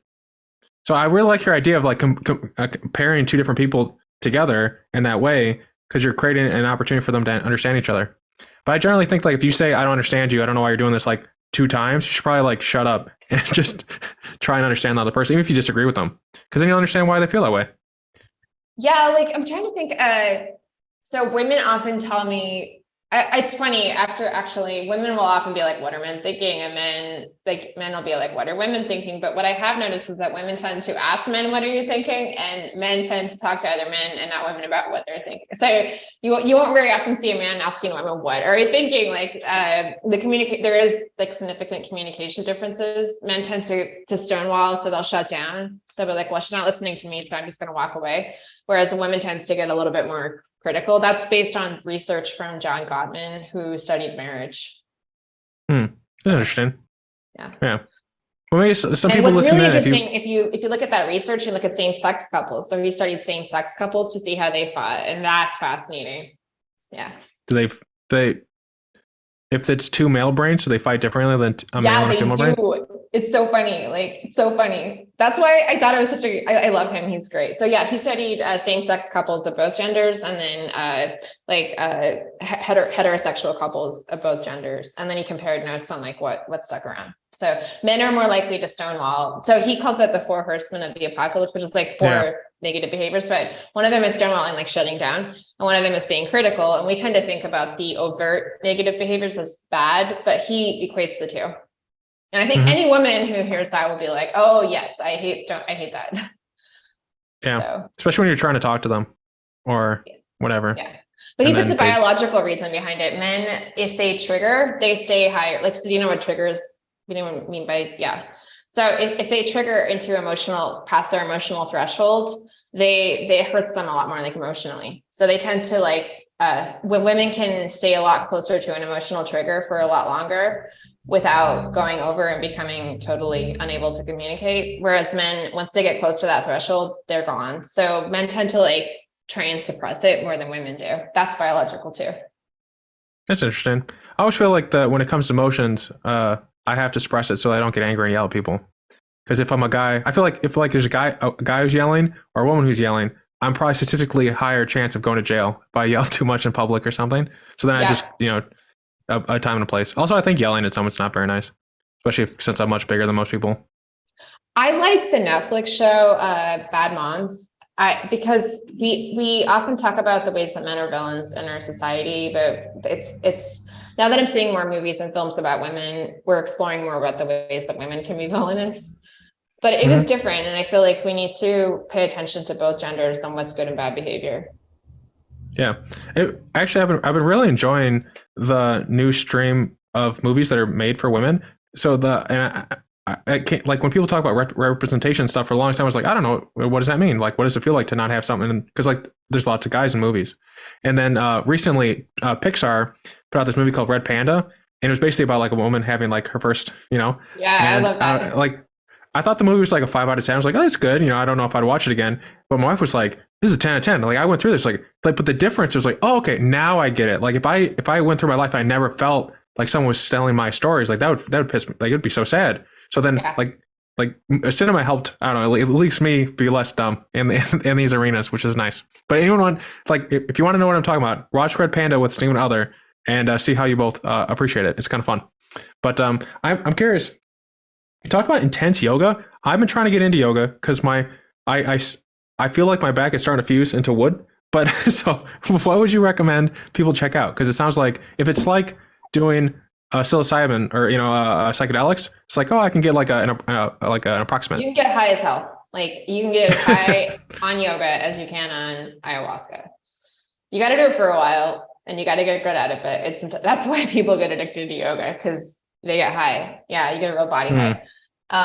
So it just takes a little bit longer, and you have to put more attention into it. I've been practicing Bikram for about 15 years now. Bikram yoga is named after it, but it's the Vishnu Ghosh lineage out of India. It's a lot more westernized than other kinds of yoga. So I also practice Ashtanga, which is a little bit more traditional. The problem with Ashtanga is that you really, you have to be pretty good at yoga so you don't injure yourself. So start with Beekman and then go to Ashtanga.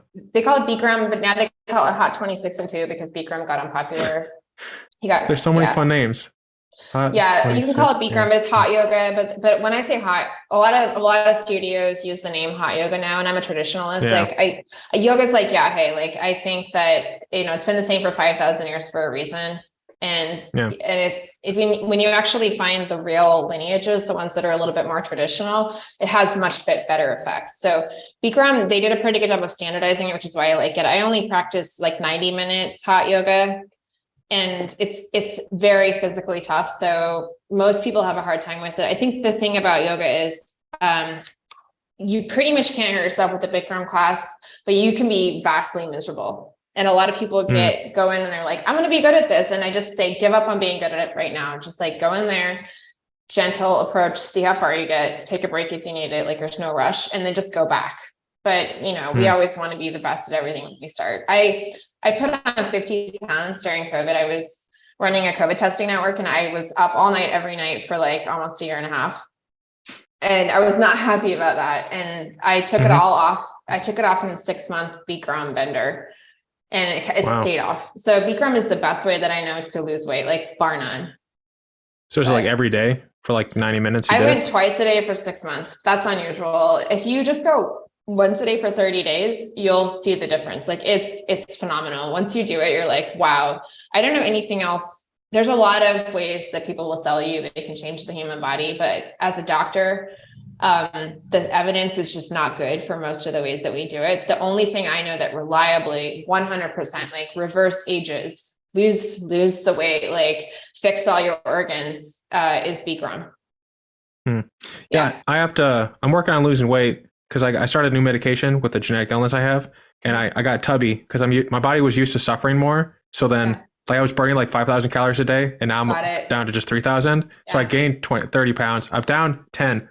But I need the extra 20 because I'm a squishy now, as you can tell. And I'm going to send you a link I'm gonna try this out. How my body changed. Most people, one of the things that got me a lot when I put on that weight, because I'd always been really fit and my whole life, because I was a firefighter and I was a climber, and I just always had I didn't really think about it. I was athletic.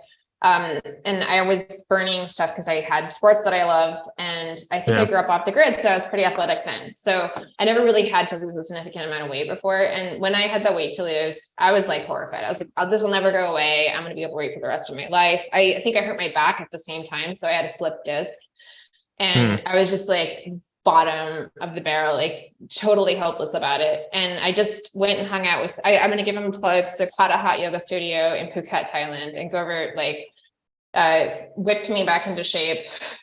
He's one of the world's best teachers. He's a character, but by far one of the best yoga teachers I've ever worked with. And then, it was 6 months. And the thing is, you really can change the body.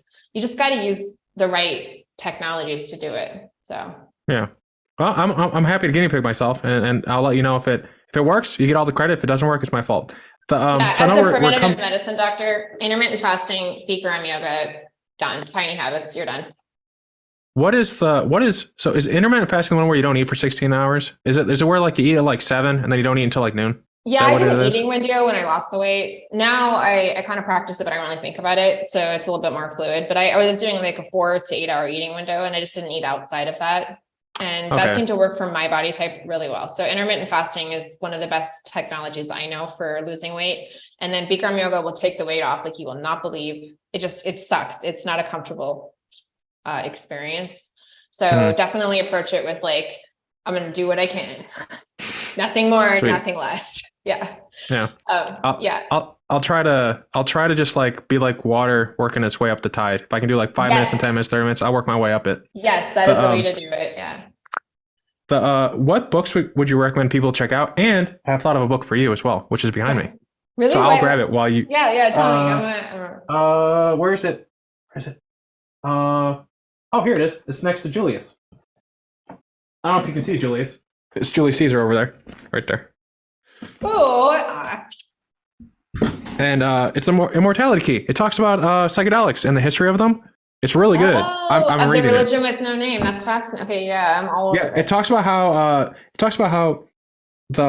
I heard it off of Joe Rogan, but basically psychedelics might be the root cause of religion.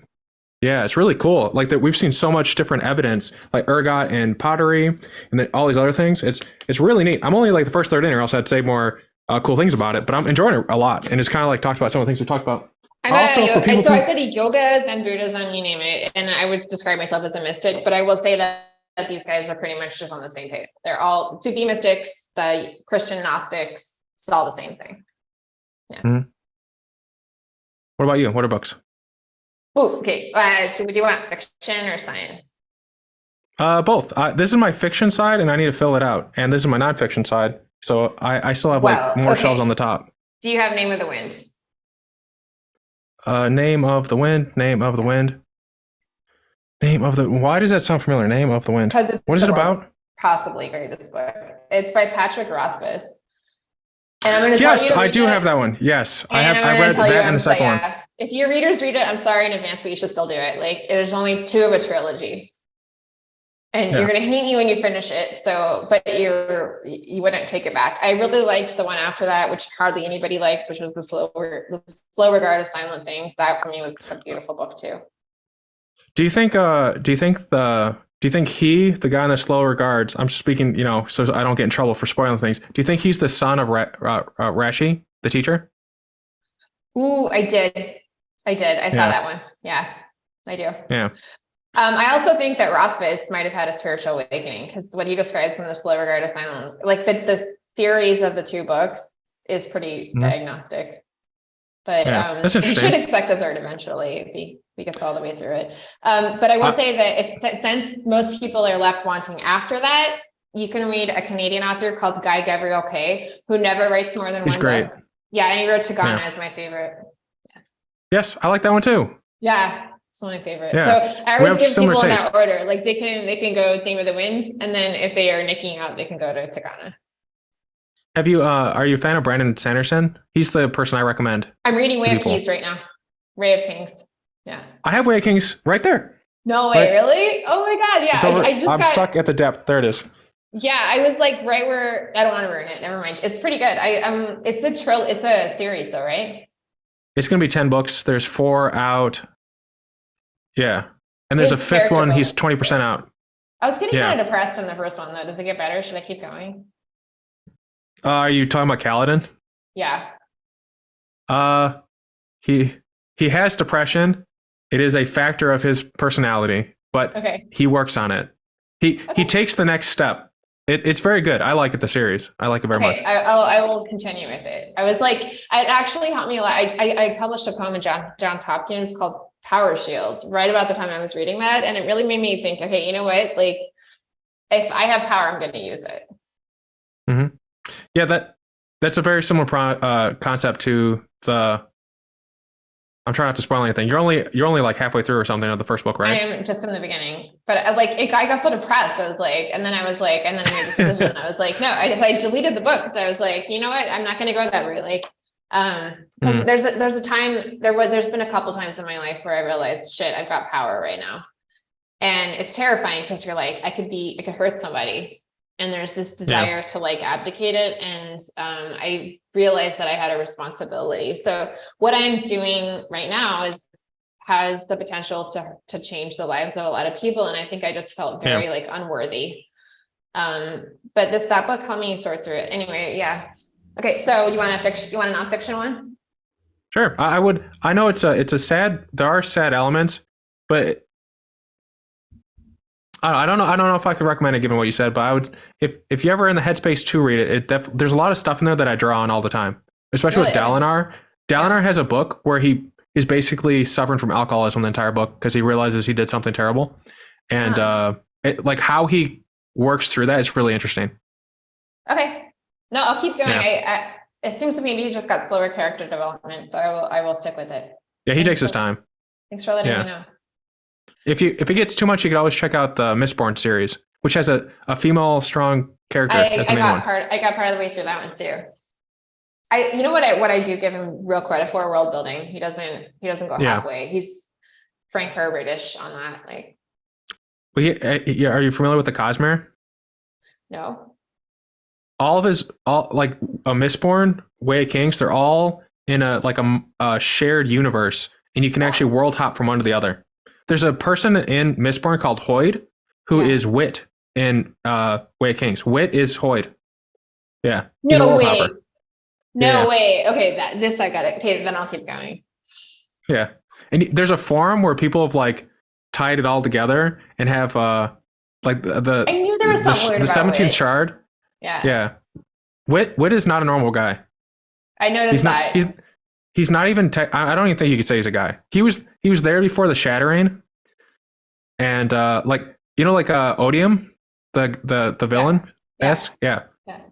I won't say anymore. But there's don't. I'm going to discover it now. Yeah. It's good. It's like everything ties together. It's I'm trying fun. to think if I know how many good world building books that I have read, so we don't ruin it. But actually, we'll probably ruin it for everybody. Okay, never mind. It's good. So then what's a nonfiction? Well, I'll give you one that's esoteric. Most people don't find. It's called Shaman Healers and Medicine Men. So we talked so much about shaman.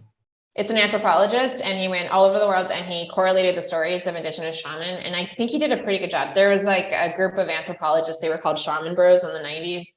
And they were a little bit more colonial with getting people's stories and kind of changing them. But I think his name is Holger Kalwait, and he wrote down all of their stories as the best he could in their own language. And then he just took them and correlated them. So he didn't translate them or interpret them or anything. Up to anything, which I think was the end of your statement. He didn't change anything. So I think we got the whole sense. He just grouped them together into themes. So like a lot of them talked about like the underworld. So you have like a chapter in the underworld, but it's in their language. So you read like a Nepalese shaman and a shaman from India, somebody from South America, and then they'll all talk about the underworld. So it's pretty cool. It's like, actually, it's like your Cosmere. Yeah. Yeah. It is interesting how there are common themes in all of societies. Like there's some stories are just universal. It's really cool.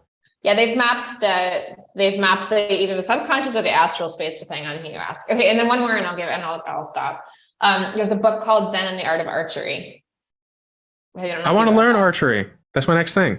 Zen. Okay, this is by I'm teaching myself machine learning. Zen archery. Yeah, I don't know why I'm doing this. This is recorded. Yeah, it's okay. I do it too. I was doing the same thing. Okay, so Eugene Herrigel is a German who goes and studies archery as a Zen sport in Japan. So it is translated, like it's a Westerner writing about the art of archery. And the book Zen and the Art of Motorcycle Maintenance was taken from that book, but Eugene Herrigel's original work is stunning. I just actually shared a chapter of it with the shaman. So I translated it to Spanish to give it to him. He was like, this is the best shit ever. So it's kind of fun how the Zen Buddhist and the shaman, where they intersect. So that's cool. I'm gonna check every book that you set out, and I'll have to reread Name the Wind. I've read it like 6 or 7 times, but there's always something new, which makes me sad that there's not more. If you haven't found the Bash short story yet, it's in a collection. I went looking. The lightning tree.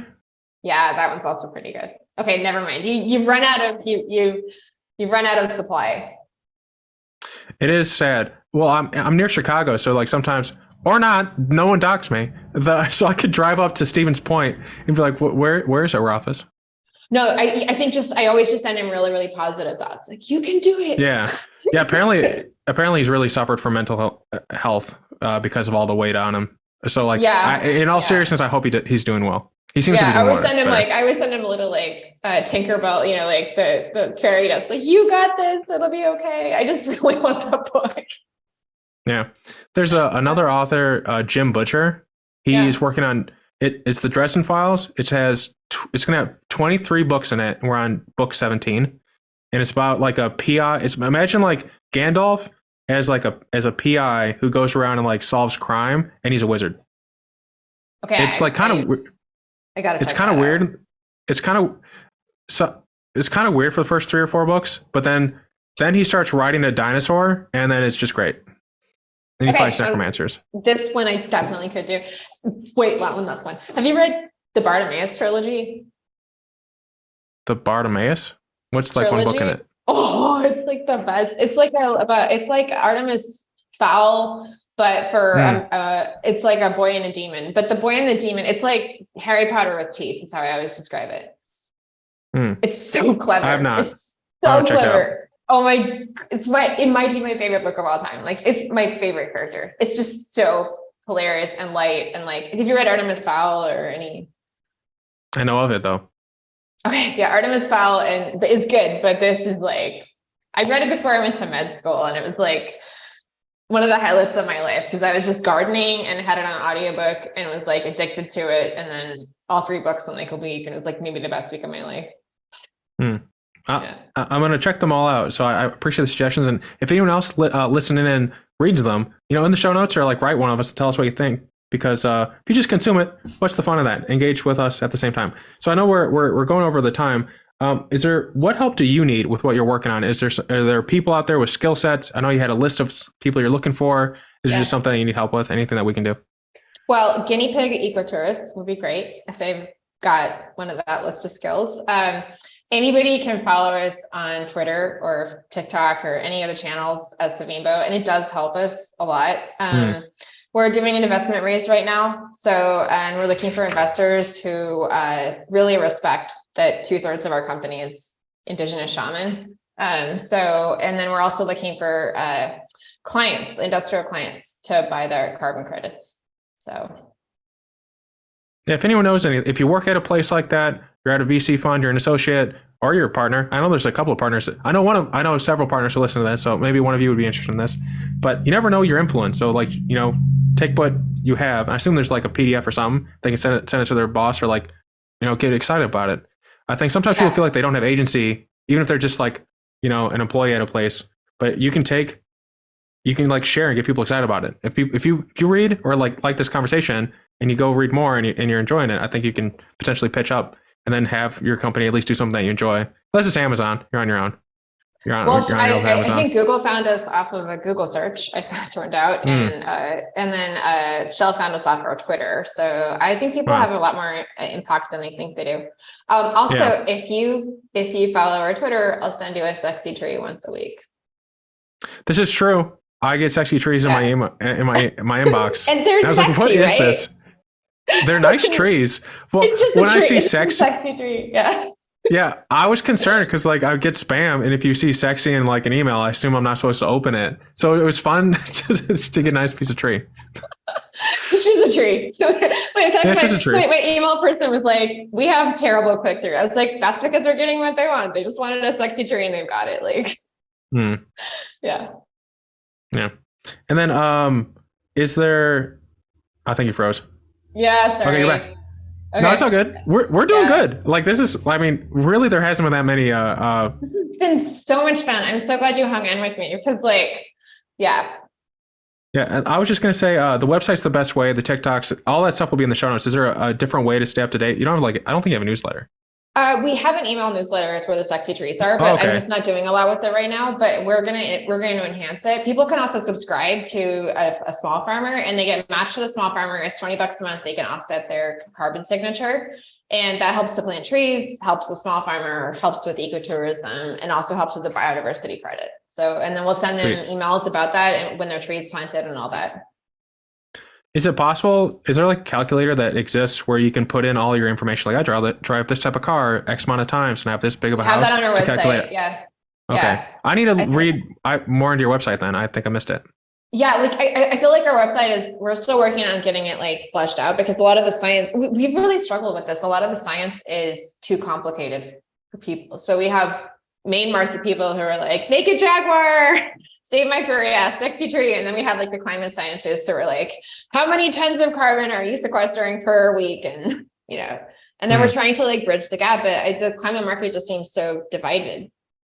Yeah. So. There was a time where I was building a startup that had 3 different audiences, and it is murder to build one copy for all that. At one point in time, we thought about having like a tab where you say, are you a scientist? Are you someone who just an enthusiast or whatever? And it would change the website and the copy for that person. I think big corporations just have like a tab of products, and it says like, here's some case studies for who would like it. And then they self-select in. But it is hard to have, multiple target groups when you're trying to make copy? Yeah, right now we've just got a big nav bar because we didn't want to make too big of it. But we're actually building a website where you can like a little bit of social network where you can like, so clients, growers, and staff, and like we'll have an academic panel in there as well to make it a little bit easier. But yeah, I agree. Another tip, if you want to, I don't know, like downgrade it to make it more easy to read, is I'll give it to Chatgpt and say, hey, rewrite this and like at a different like 8th grade level. And then I don't necessarily like what it says, but I'll edit it down from there. And it's actually kind of nice. I think all my friends wish they could do that with me when I talk. What? You talk normal. No, a VC told me a couple of weeks ago or a couple of months ago, he's like, you go full nerd real quick. It's like, it's going to be on my tombstone. I don't know. If you're just being yourself, I don't, maybe it was like just a compliment. He didn't mean it in a negative way. We're all different and we've all got our audience. Like, yeah. Turns out my audience is in a group of Indigenous shaman. They're okay with it. Yeah. Yeah. I think the first time we met, it was at a space conference. And I don't know. I enjoyed our conversation from the get-go. Well, I did say your name wrong the first time, but other than that, I'm so robust to that. I don't care. That was the best space conference. Can we tell people about that one? The Cowboy Space event. That was maybe one of the best conferences I ever went to in my entire life. Yeah, it's fun. They consider me news, so I got to go for free. Oh my God, I'm so jealous. I think I had to pay to get in, or I might have snuck in through the back door. I do that a lot for the best ones. They didn't seem to care all that much. They were just glad people were there. There's some. I was judging the kids' space competition. Like they had a kids' competition for biodomes, and I judged the medical end of it, which was maybe the most fun. But then I made friends with Leon. I remember you being a judge. Yeah, I made friends with Leon, the rocket scientist, and we've been palling around ever since. He actually helped me launch this. He's been a huge support. So. They never know how life comes together. So then everyone check out these resources, and this took some work. So let us know if you enjoyed this. I like the engagement. I started a new YouTube, and I've gotten more comments off of that than my other the audio version of the podcast. Even though it's like people keep telling me that it's actually I have a lot of subscribers, which is weird. But so I just I'm doing the outro now, and it's not normal because I'm doing it differently. So basically, I want to thank you for coming on the show. Everyone, thanks for hanging in there, tolerating all the nerd talk. Hopefully it didn't go over your head. Any of these things that if you're curious about, if you comment on, I'll clarify as well. So that's cool. And this is some really cool stuff that we talked about today. So I just want to thank Drea for coming on to talking with me and us, everyone listening in to the show. And people can make fun of my outro because I don't know what to say at the end. So I just want to thanks again for being on the show and everyone tuning in. I'm thankful too. Thank you so much. This was amazing.